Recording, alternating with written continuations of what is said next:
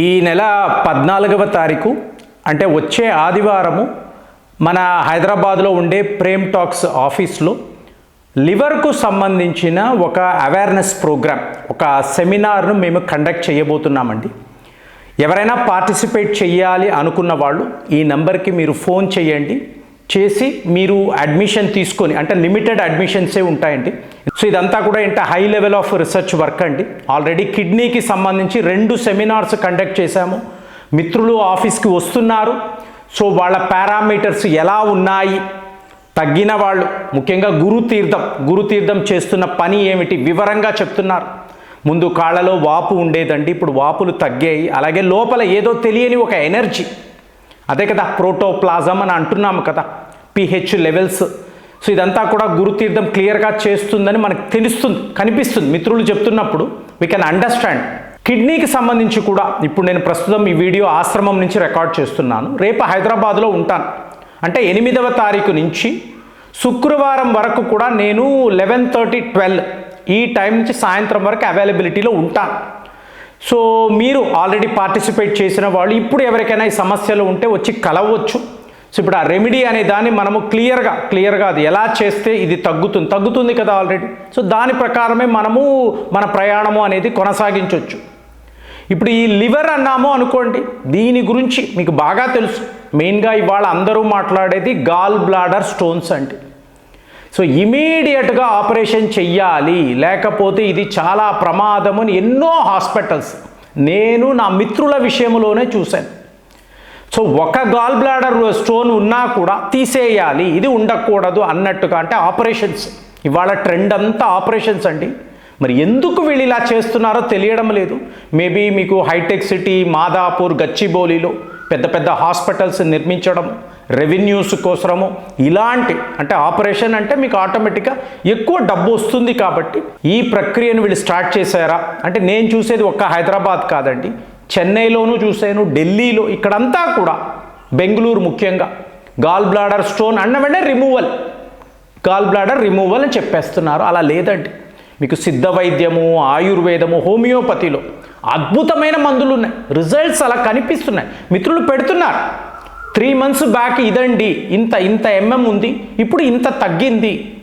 అంటే మన సిస్టమ్ ఇదే కదండి, మన సిస్టమ్ అంతే కదా. మనం ఫుడ్ ఈస్ మెడిసిన్ అంటున్నాం. ముందు అసలు ఎలాంటి డయట్ మనము వాడగలిగితే ఈ సమస్యలు అనేవి తగ్గిపోతాయి.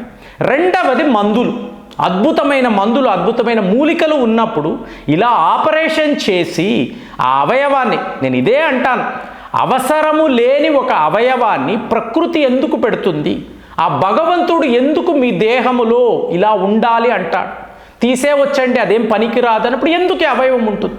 అంటే ఇప్పుడు ఈ బయలు అంటాం కదా, పైత్యరసము, ఈ పైత్యరసముని రెగ్యులేట్ చేయడంలో గాల్ బ్లాడర్ రోల్ ఏమిటి అనేది ఒక్కసారి మీరే చూడండి, నేను చెప్పడం కాదు. లేకపోతే అవయవమే ఉండదు కదండి, అవసరం లేదు కదా.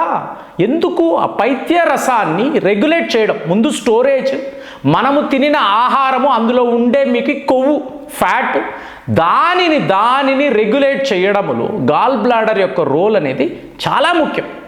ఇప్పుడు ఇవేమి చెప్పకుండా తీసేస్తున్నారు, బాగానే ఉంది అంటారు.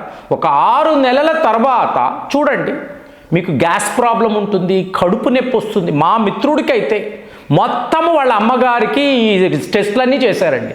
చేసి మీకు గాల్ బ్లాడర్లో స్టోన్ ఉందండి, అందుకే మీకు కడుపు నొప్పి వస్తుంది అన్నారు. అన్న తర్వాత ఇమీడియట్గా తీసేయాలన్నారు, తీసేశారు. వారం రోజుల తర్వాత మళ్ళీ ఆవిడకి ఇప్పుడు కడుపు నొప్పి స్టార్ట్ అయింది. ఇప్పుడు ఏం చెప్తారు వీళ్ళు?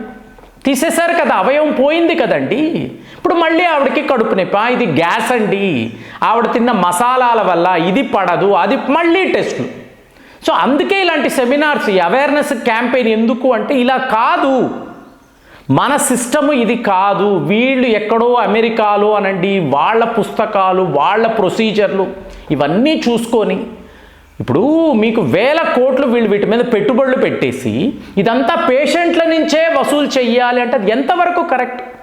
మామూలు జ్వరమని వెళ్ళే వ్యక్తికి ఎన్నెన్నో టెస్టులు చేసి ఏవేవో మందులు ఇచ్చి ఫైనల్గా ICU దాకా తీసుకెళ్తున్నారు. ఏంటి వాళ్ళ ఇన్సూరెన్స్ ఎంత, వాళ్ళ ఇన్కమ్ ఎంత, ఇవన్నీ చూసుకోవడం. అందరూ అని అనడం లేదండి, కొంతమంది కొన్ని హాస్పిటల్స్ పని కట్టుకొని ఇలాంటి క్యాంపెయిన్ చేస్తున్నారు. మన భారతదేశంలో ఇలాంటి ఒక సిట్యువేషన్ ఎవ్వరు కోరుకోరండి, కానీ మరి అలాగే ఉంది. మరి కార్పొరేట్ వ్యవస్థ వాళ్ళకి లాభాలే కదండి, రెవెన్యూసే ముఖ్యం కదా, మీరు ఏమిటి అనేది వాళ్ళు ఆలోచించారు. కానీ వైద్య రంగంలో కూడా ఈ పరిస్థితి అంటే, సో ఇప్పుడు ఈ గాల్ బ్లాడర్ రిమూవల్ అనేది ఒక మేజర్ సమస్య అండి. తర్వాత చూసారనుకోండి ఫ్యాటీ లివర్, అంటే ఇదంతా మీకు ఈ అప్పర్ రైట్ సైడ్ పెయిన్ వస్తూ ఉంటుంది. అలాగే కొంతమంది వెయిట్ లాస్ అయిపోతూ ఉంటారు. ఇంకో కొంతమందికి నీరసం, అడుగు కూడా వేయలేరు. ఏంటి, లివర్ అనేదే మీకు ఒక మాస్టర్ ఆర్గాన్ కదండి, 500 ఫంక్షన్స్ చేయగలదు. మీ కొలెస్ట్రాల్ ఏంటి, మీ వేస్టేజ్ ఏమిటి, మీ విటమిన్స్ మినరల్స్ మొత్తము లివర్ మీదే ఆధారపడి ఉంటుంది. ఇవాళ వీళ్ళు మాట్లాడుతున్న వైటమిన్ డి, B12 డెఫిషియన్సీ అని మాట్లాడుతున్నారు కదా, లివర్ ఆల్రెడీ స్టోరేజ్ చేసి పెట్టుకుంటుందండి. కానీ దానిని మీ దేహము అనేది సరైన విధానంలో వాడదు. కాబట్టే సూర్యుడిలో వెళ్ళి కూర్చోండి, ఈ గుడ్లు తినండి, ప్రోటీన్ తినండి, ఇవన్నీ చెప్తారు. కానీ లివర్కి తెలుసండి తన స్టోరేజ్లో ఎలాంటి మినరల్స్ ఉన్నాయి, ఎలాంటి విటమిన్స్ ఉన్నాయి, దానికి తెలుసు. సో దాన్ని కాపాడుకోవడము అనేదే మన యొక్క మేజర్. అది ఎలా జరుగుతుంది, ఫుడ్ వల్లే జరుగుతుంది కదా. మనం ఏం భుజిస్తున్నామో, ఎలాంటి ఆహారము తీసుకుంటున్నామో దానివల్లే కదా లివర్ మీద ఒత్తిడి ఉంటుంది. కిడ్నీస్ యొక్క ఫిల్టరైజేషన్ ప్రాబ్లం ఇదే కదండి. ఇప్పుడు మేము చెప్పే గ్రేట్ రెమెడీ ఏంటి, ఒకటి ఆటోఫెగి అంటాం, రెండవది ఉపవాసం ఉండండి. ఉపవాసం ఉన్నప్పుడు ఏంటి, మీకు ఈ మిషన్ అంతా కూడా రెస్ట్ మోడ్లో ఉంటుంది. ఇప్పుడు ఫుడ్డే లేదు, దేనిని అది ఫిల్టర్ చేస్తుంది, లివర్ కానీ కిడ్నీస్ కానీ దేన్ని ఫిల్టర్, ఆటోమేటిక్గా రిజ్యువేట్ అవుతూ ఉండిపోతుంది. ఆటోమేటిక్గా వాటికి ఆ రిపేరింగ్ చేసే క్వాలిటీస్ వస్తాయి. సో మన సిద్ధ వైద్యములో మన యోగులు ఋషులు ఇవే చెప్పారు, ఫుడ్ ఈజ్ మెడిసిన్. సో ఆ ఫుడ్ తర్వాత నువ్వు వాడే మందులు, అద్భుతమైన మందులు ఉన్నాయి ఇవాళ. అద్భుతం, గాల్ బ్లాడర్కి ఎలాంటి మందులు ఉన్నాయంటే కళ్ళ ముందే చూస్తున్నాం, రిపోర్ట్స్ని చూస్తేనే తెలుస్తుంది, ఆహా ఇంత బాగా పనిచేస్తున్నాయా అని. అలాంటప్పుడు ఎందుకండి ఆపరేషన్స్, లక్షల రూపాయలు ఎందుకండి మనం ఖర్చు పెట్టాలి, ఎర్న్డ్ మనీ. అడిగితే ఇన్సూరెన్స్, మరి ఇన్సూరెన్స్ కూడా మీరు డబ్బులు కట్టుకోవాలి. మళ్ళీ మీకు ఎంత ఎక్కువ ఇన్సూరెన్స్ ఉంటే మీ ట్రీట్మెంట్ కూడా అంత కాలం వీళ్ళు కొనసాగిస్తున్నారు. సో ఇదంతా చూస్తున్నప్పుడు న్యాయబద్ధంగా లేదు, ఎథికల్గా లేదు. మెడికల్ ఫీల్డ్లో ఉండాల్సింది ఎథిక్సే కదండి. నేను అందుకే ఒక వెబ్ సిరీస్ గురించి కూడా, ఫార్మా అనబడే వెబ్ సిరీస్ చూసినప్పుడు ఏంటి ఇది, వాళ్ళు మేము చాలా రీసెర్చ్ చేసి చాలా కంపెనీలను చూసి ఈ వెబ్ సిరీస్ తయారు చేసామని చెప్తూ ఉంటే ఏంటిది, ఎటుపోతుంది, దేశమే ఎటుపోతుంది. కాబట్టి లివర్, కిడ్నీ, హార్ట్ ఇవన్నీ మాస్టర్ ఆర్గాన్స్ అండి. వీటిని మనం జాగ్రత్తగా కాపాడుకోవాలి. ఒక ఫ్యాటీ లివర్ అన్నప్పుడు అది వార్నింగ్, అది మనకిస్తున్న వార్నింగ్, లివర్ ఒత్తిడిలో ఉంది. అలాగే మీకు జాండిస్ వచ్చినప్పుడు కూడా, అంటే స్కిన్ అంతా ఎల్లో కలర్లో అయిపోవడం, కళ్ళు ఎల్లోగా అయిపోవడం, ఇవన్నీ ఏంటి, మీకు బయల్ రూబెన్లో ఉన్న ప్రాబ్లమ్స్. ఇదంతా రూట్ కాజ్ లివరే. ఇప్పుడు డయాబెటీస్ అంటాం, ఎక్కడి నుంచి వస్తుందండి డయాబెటీస్, లివర్ ఫంక్షన్లో ప్రాబ్లం ఉన్నప్పుడే డయాబెటీస్ అనబడే ఈ రోగము అనేది స్టార్ట్ అవుతుంది. ఒక్కసారి డయాబెటీస్ వస్తుంది అనుకోండి, దాని లింక్ వరుసగా దాని లింక్స్ చూసారనుకోండి, ప్రతి ఒక్క అవయవం మీద ఒత్తిడి అనేది ఉంటుంది. కాబట్టి ఇదంతా కూడా మనము 14వ తారీఖు ఆదివారము ఈ సెమినార్లో మాట్లాడతాము.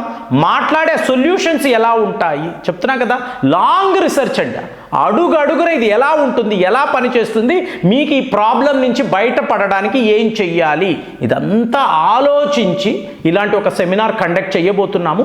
అలాగే 8వ తారీఖు నుంచి కూడా కిడ్నీ ప్రాబ్లమ్స్ ఉన్నవాళ్ళు, లేని వాళ్ళు, కలవాలి అనుకున్న వాళ్ళు మీకు ఈ నంబర్కి ఫోన్ చేయండి, చేసి నన్ను వచ్చి కలవండి. సో మనము దీనికి ఉండాల్సిన సొల్యూషన్ ఏమిటి, దాన్ని వెతుకుదాము, కనిపెడదాము, ఈ ప్రాబ్లమ్స్ నుంచి మనము బయటపడతాం. జై హింద్.